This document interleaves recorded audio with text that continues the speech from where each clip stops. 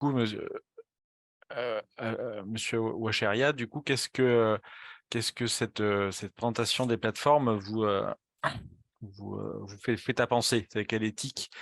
Puis en plus, vous avez une expérience, particulière sur, le rôle, pas fondamental, mais en tout cas au moins accessoire, qu'a joué certaines plateformes, de mise en relation des patients avec des structures de santé qui finalement ne sont pas révélées à la hauteur des promesses. Ouais, bonsoir à tout le monde. Je vais réagir un petit peu à ce qui a été dit. Et je voudrais féliciter avant tout Madame Ratier pour la qualité de son intervention. J'ai pris beaucoup de notes et comme j'avais pas préparé mon intervention, ça m'a donné plein d'idées. Donc je vais pouvoir élaborer plusieurs points de pensée.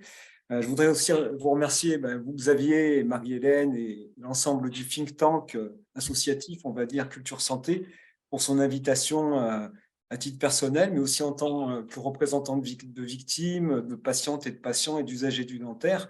Alors ce soir, j'aimerais quand même dire en guise de préambule que les positions que je vais exprimer sont les miennes.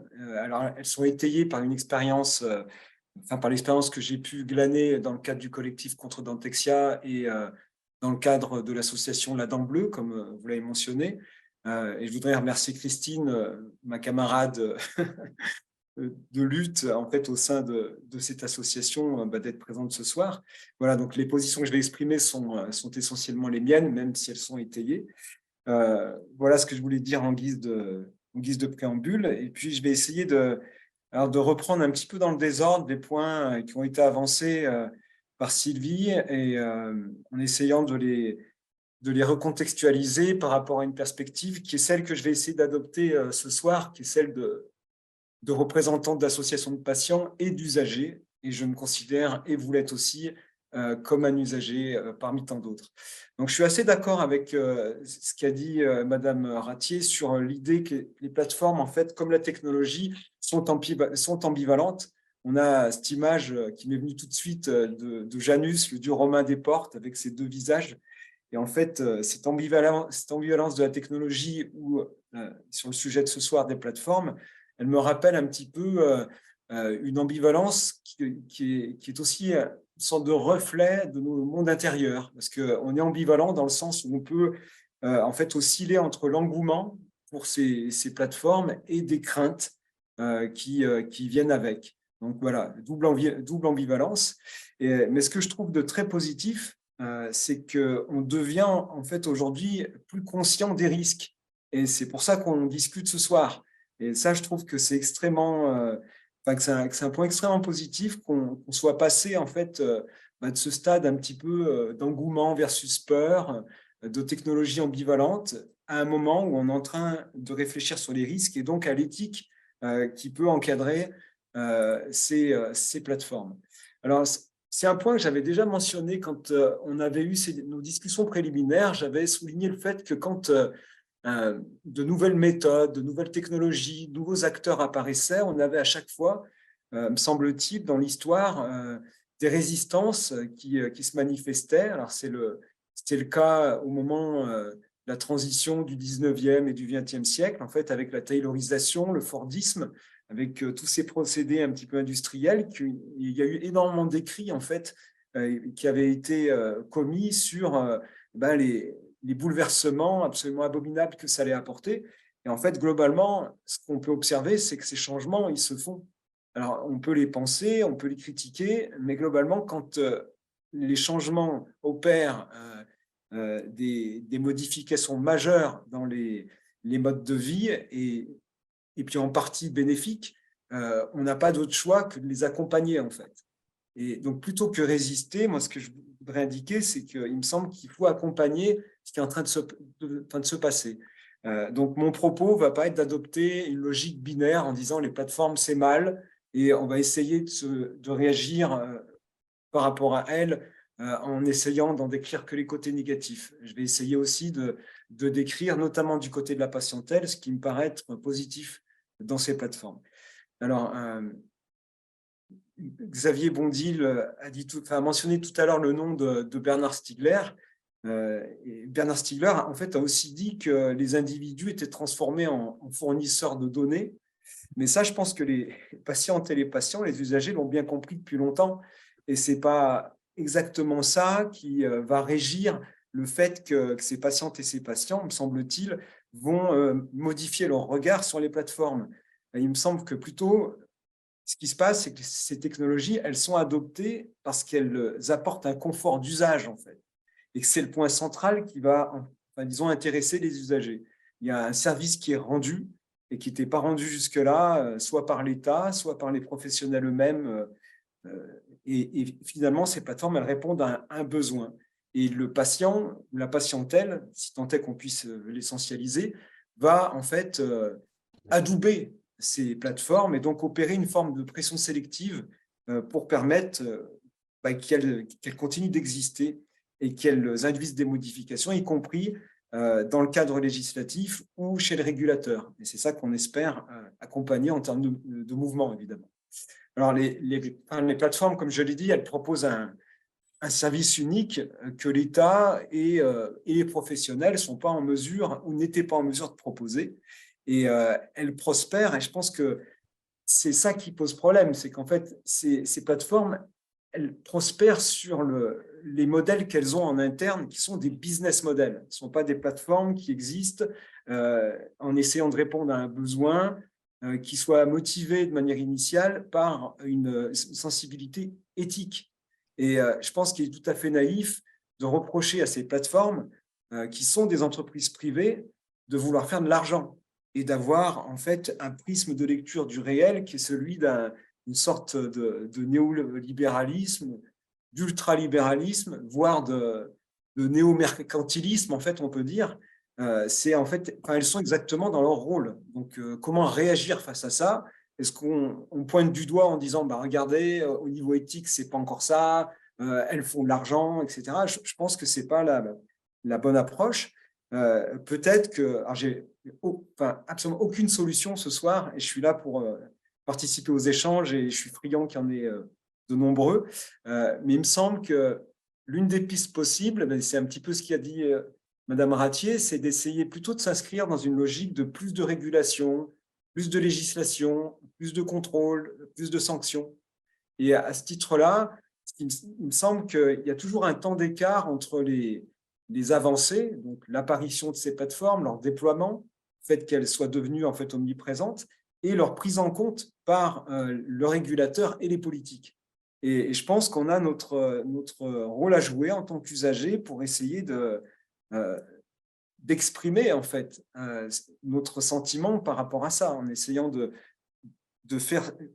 jouer un modeste rôle de liant entre notre utilisation par confort d'usage de ces plateformes et ce que ne perçoit pas ou ce que perçoit mais a du mal à appréhender dans la pratique le régulateur et les politiques. Alors là, je parle de politique.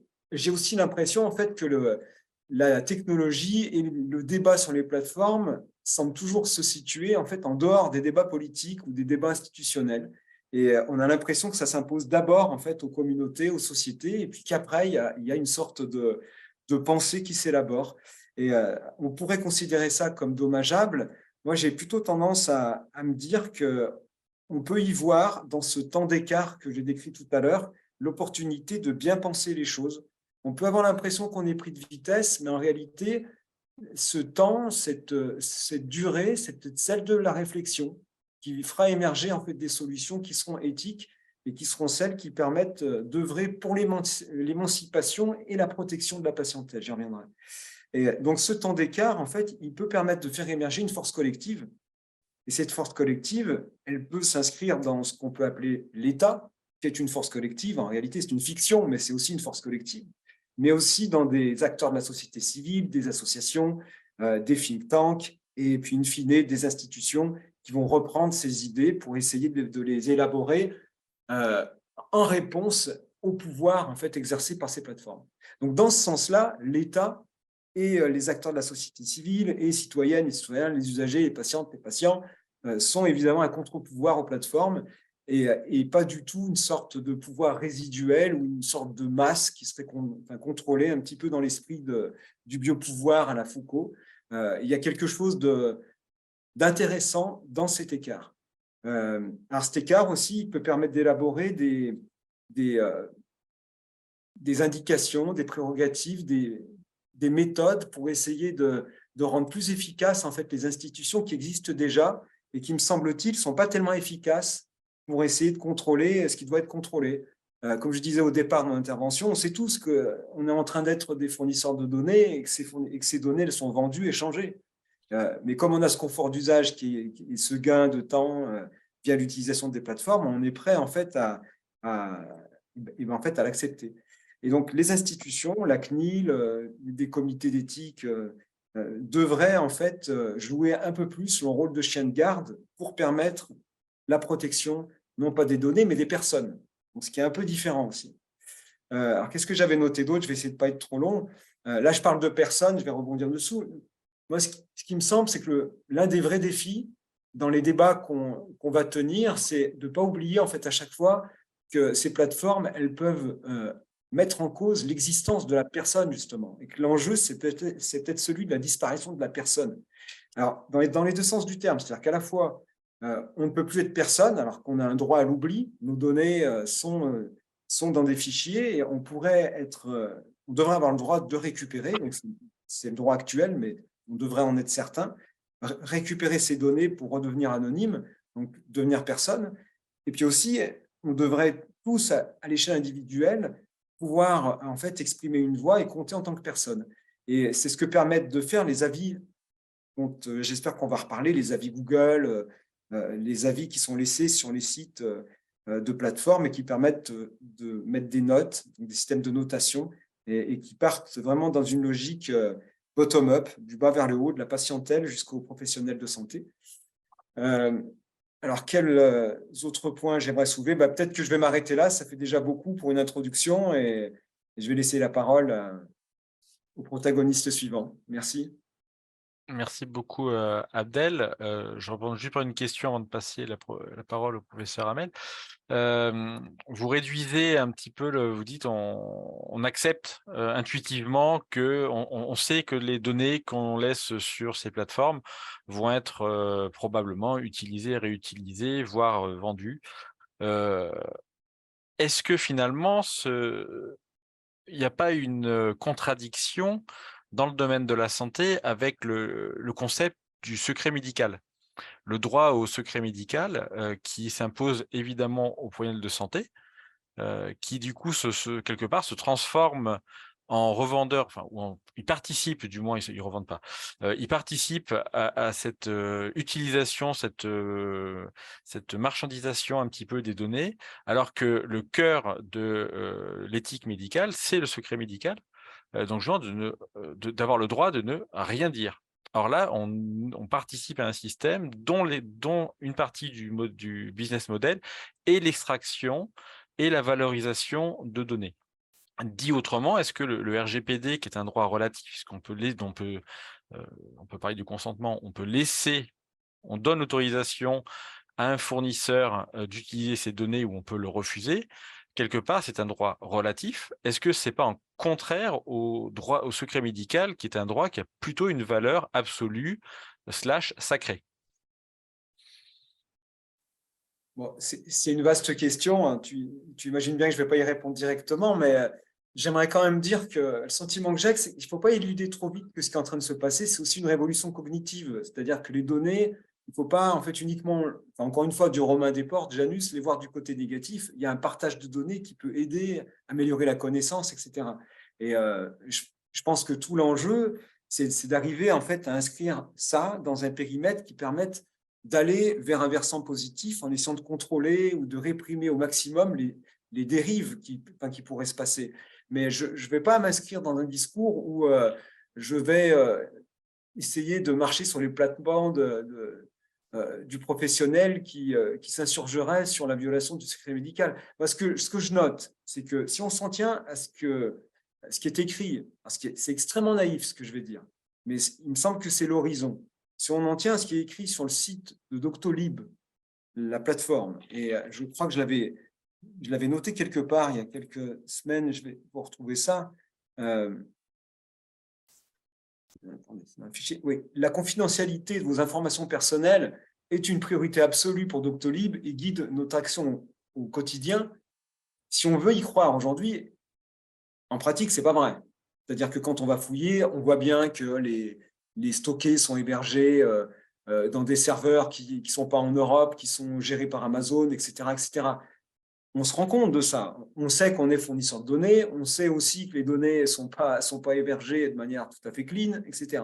Mais il y a un horizon à définir, c'est-à-dire qu'on peut s'insurger aujourd'hui, mais c'est pas parce qu'on va s'insurger qu'il faut jeter le bébé avec l'eau du bain. Il y a peut-être quelque chose en fait à voir un peu plus loin, qui est comment on résorbe l'écart par rapport à cet horizon qui serait la certitude que nos données ne sont pas exploitées. Donc comment on peut travailler là-dessus? Moi, c'est une question qui m'intéresse plus que d'écarter le problème en disant le secret médical est violé, donc jetons le bébé avec l'eau du bain. Non, en fait, essayons de parcourir l'écart, de savoir ce qu'il nous faut. Parce que maintenant, on l'a vu, l'écart. En fait, on est capable de le voir, on en a été conscient. Et c'est ça qui s'est passé, je pense, ces dernières années. C'est qu'au début, on ne voyait pas. Maintenant, on voit le problème. Et donc, on peut travailler dessus. Moi, je suis plutôt positif par rapport à ça. J'ai envie de le voir de manière positive. Et professeur